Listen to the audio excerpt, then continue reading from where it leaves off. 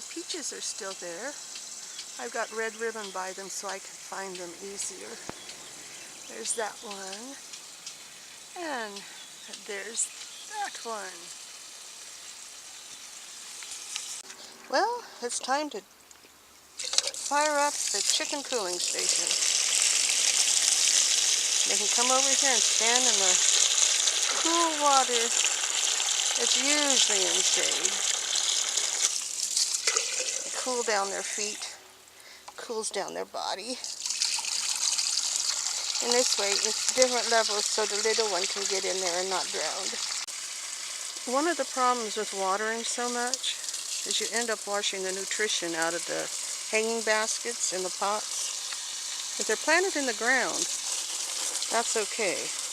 But if they're in baskets or pots, you need to feed them more often, and like half strength. Well, here's the flowers. The one little flower bed. Oh, I have my first zinnia. And I see a cosmos. And as usual, morning glories everywhere. I messed up this one. It's an orange Mexican sunflower, not red. Red would be something very unique. Red sunflowers. But boy, are those morning glories dark purple. Now the package, the whole thing was purple. It didn't have a white throat, but these have a white throat. Cherry tomatoes are getting so heavy, they're pulling themselves down. And I see I have something to pick. Just out of reach. Of course, that's the best place to be. It's little.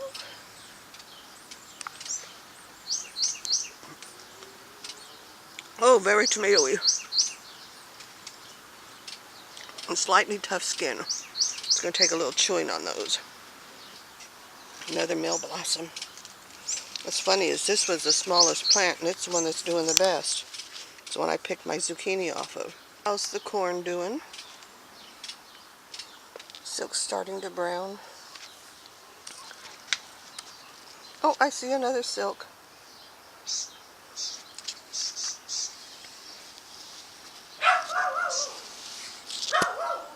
That's Henry. Now, my overcast is burning off. And there's the moon. It's going to be another hot one.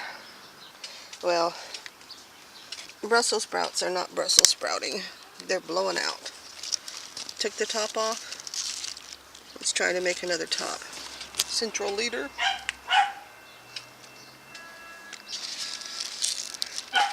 There's nothing in there. They're not being tight.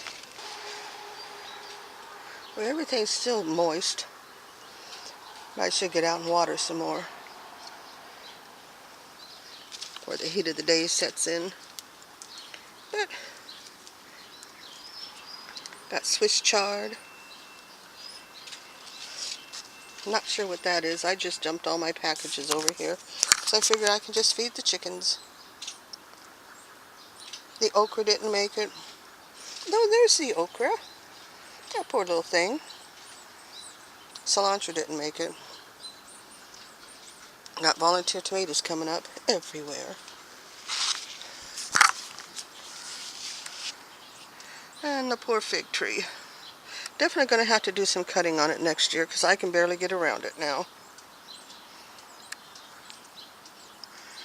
And then we have the chayote. And I haven't seen one chayote up there. And that has got to be the slowest growing cantaloupe in the world. It's finally got true leaves on it. I don't think I'm going to get something edible by the end of the year. But if we don't have a winter again, I just might get something next January out of it. Well, I may not be getting onion seeds, but I'm getting little onions. I had this happen to the ones in the front yard. And I got tons of little onions to plant. I don't think they'd be considered a set. It's a little onion plant. So, hopefully, since I can't get seeds from this thing, I'll get these. There's no seeds. Thought I had one seed at least. Now this one has a couple of seeds in it. Well, that's the Tahiti squash. And it's not doing much of anything. I took out its competition, and they're just kind of there. Not growing much. Gotta grow faster than that. It's July. This is the oldest permaculture bed. It's like 4 years old now. And I guess it's actually doing what it's supposed to be doing. That's why everything is going nuts. And it used to be 4 inches from the top. And it's dropped down 10 inches, 12 inches now.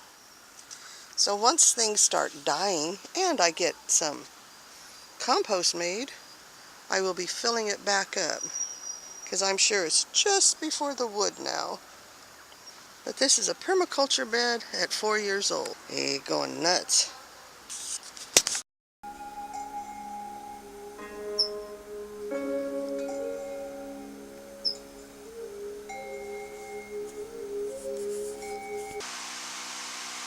What do we have here? Just a strolling along.